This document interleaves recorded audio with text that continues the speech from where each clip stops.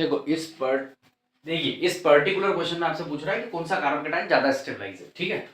Actually scenario के साथ कि यहाँ Y आपने कुछ ऐसा कंसिडर किया होगा कि Y इलेक्ट्रोफाइल आया है, NO2 ग्रुप लगा हुआ है, तो चूंकि ये -M ग्रुप होता है तो इलेक्ट्रोफाइल का Y मेटा पे आएगा, तो ये मेटा पोजीशन, ये पेरा पोजीशन और ये ऑर्थो पोजीशन। तो आप सोच रहे होंगे मेटा पे Y आ रहा है मतलब ये कार्बन कैटायन जो इसमें अंदर डेवलप होगा ये स्टेबल होगा। हाँ वो बात भी सही है, बट इसका रीजन क्या है कि ये कार्बन कैटायन स्टेबलाइज है वो मैं आपको बता रहा हूँ। देखो यहाँ अगर कार्बन कैटायन बनता है तो प्लस प्लस प्लस में एक्चुअली NO2 ग्रुप का खोल के देखो कैसा होता है, N double bond O N plus O minus, तो प्लस प्लस आपस में क्या करेंगे, रिपल। तो ये तो स्टेबलाइज इतना नहीं हो सकता, यहाँ पे भी प्लस प्लस पास में ये भी स्टेबलाइज इतना नहीं हो सकता। अब ये और ये बचा, तो इसमें एक्चुअली रिजोनेंस यहाँ होगा तो कार्बन कैटायन कहाँ डेवलप करेगा, इस जगह डेवलप करेगा। और अगली बार यहाँ कार्बन कैटायन आएगा तो ये यहाँ रोटेट करेगा पाई बॉन्ड, तो यहाँ कार्बन कैटायन आएगा। मतलब इसमें ऐसी कंडीशन नहीं आ रही है पर्टिकुलर सी ऑप्शन में कि यहाँ पे कार्बन कैटायन है ना, जैसा इन दोनों में यहाँ पे कार्बन कैटायन आ रहा है तो ये प्लस प्लस क्या है, रिपल करेंगे, अनस्टेबलाइज होगा, क्योंकि ये ग्रुप क्या कर रहा है, दो दो ऑक्सीजन एक नाइट्रोजन है, तो माइनस आई तो है ही सही इसका, है ना, माइनस आई तो -M ग्रुप है एक्चुअली ये मेनली, बट इसका -I भी क्या करेगा, इसको अनस्टेबलाइज करेगा इस कार्बन कैटायन को। तो यहाँ पे प्लस आना तो बहुत बेकार बात है, मतलब कि ये अनस्टेबल होगा, ये दोनों ऑप्शन नहीं हो सकते। और इसमें अगर ये रोटेट करेगा तो देखो आप जैसे रोटेट करा यहाँ प्लस आ जाएगा, तो ये भी इनका भाई है, ये भी इनकी तरह काम कर रहा है। ये जैसे यहाँ रोटेट करेगा तो ये प्लस आ जाएगा, तो ये भी स्टेबल नहीं हो सकता इतना, ये भी नहीं हो सकता,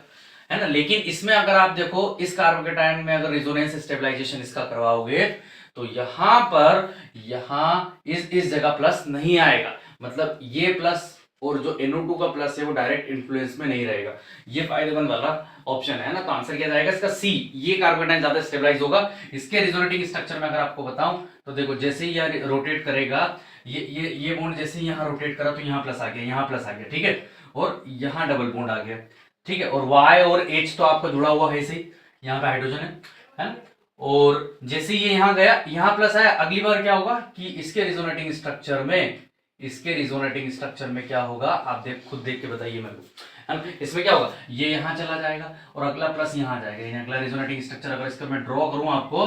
तो वो आपको कुछ ऐसा दिखेगा, यहाँ प्लस आ जाएगा और ये यहाँ रोटेट कर जाएगा। अब मुझे बताओ इसमें आप थोड़ा सा चेक करो कि क्या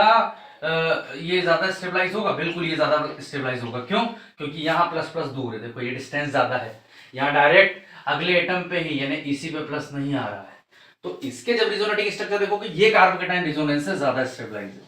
रिजोनेंस से ज्यादा स्टेबलाइज, मोर स्टेबलाइज, रिजोनेंस मोर स्टेबलाइज है, मोर स्टेबलाइज, ठीक है।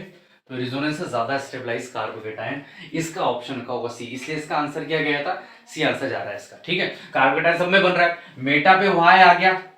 है ना, -M ग्रुप है तो मेटा पे लेके आया तो ये कार्बन कैटायन डेवलप हुआ। और ये कार्बन कैटायन क्यों स्टेबल है उसका रीजन ये है कि यहाँ प्लस नहीं आ रहा है, इन सब में यहाँ प्लस आएगा, प्लस प्लस हाईली अनस्टेबल होगा, इलेक्ट्रोनेगेटिव ग्रुप लगा हुआ है, इस कार्बन कैटायन को बहुत ज्यादा डिफिशिएंट करेगा, तो ये रिजोनेंस अच्छा है क्योंकि यहाँ पे प्लस आ ही नहीं रहा है, ठीक है। देखो ये रिजोनेंस करके देखा इसका हमने, ये बॉन्ड यहाँ गया, यहाँ प्लस है ना, यहाँ प्लस आया, और जैसे यहाँ प्लस आया तो ये बॉन्ड इधर घुमा तो यहाँ प्लस आया, है ना, यहाँ प्लस और यहाँ प्लस नहीं आ रहा है, इस जगह प्लस नहीं आ रहा है, बाकी इन सब कंडीशन में यहाँ प्लस है, यहाँ प्लस है, और इसका रिजोनेंस करोगे यहाँ जाएगा तो यहाँ प्लस आ जाएगा इस कंडीशन पे, है ना। जैसे ये बॉन्ड यहाँ रोटेट करेगा तो यहाँ प्लस आएगा, है ना, और वो प्लस और नाइट्रोजन का प्लस क्या करेंगे, रिपल,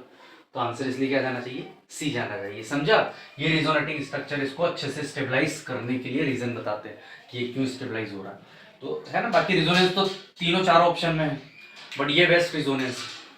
है ना। आई होप आपको ये थोड़ा सा क्लियर हुआ होगा कि अच्छा ये रिजोनेंस क्यों ज्यादा स्टेबलाइज हो रहा है ना। और एक पिक्चर आपको यूं भी क्लियर हुआ कि भाई मेटा पे जो है Y जुड़ा हुआ है, तो मेटा पे जाएगा तो क्योंकि ये -M ग्रुप मेटा डायरेक्टिंग होते हैं, है ना, क्योंकि जब -M ग्रुप लगता है NO2 का जो रिजोनेंस होता है रिंग में, है ना, NO2 जब रिजोनेंस करता है तो ये क्या होगा, ये बॉन्ड यहाँ जाएगा, फिर ये इसके ऊपर नेगेटिव बन जाएगा, अगली बार यहाँ जाएगा,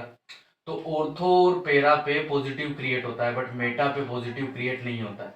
तो जैसे कोई Y क्या होती है, इलेक्ट्रोफाइल पॉजिटिव स्पीशीज, तो Y कहाँ जाना पसंद करेगी, क्योंकि ऑर्थो पेरा पे तो पॉजिटिव आ रहा है, तो Y कहाँ जाएगा, मेटा पे। तो बच्चे सोच रहे थे कि आंसर शायद ये होगा Y मेटा पे लगा हुआ है, बट Y जब मेटा पे लग जाएगा उसके बाद जो कार्बन कैटायन डेवलप होगा उसका वो पूछ रहा है कि वाई मेटा पे लगा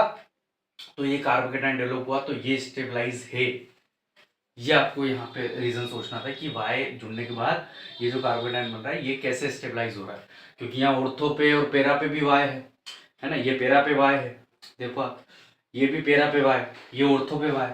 तो ऑर्थो पेरा पे वाई जुड़ा है वो इतना स्टेबलाइज नहीं जितना मेटा पे वाई जुड़ा है, उसके बाद कार्बोकेटाइन बना है जो स्टेबलाइज। ऑर्थो पेरा पे जब वाई जुड़ता है तो वो जो कार्बोकेटाइन है वो इतने स्टेबलाइज नहीं है ना।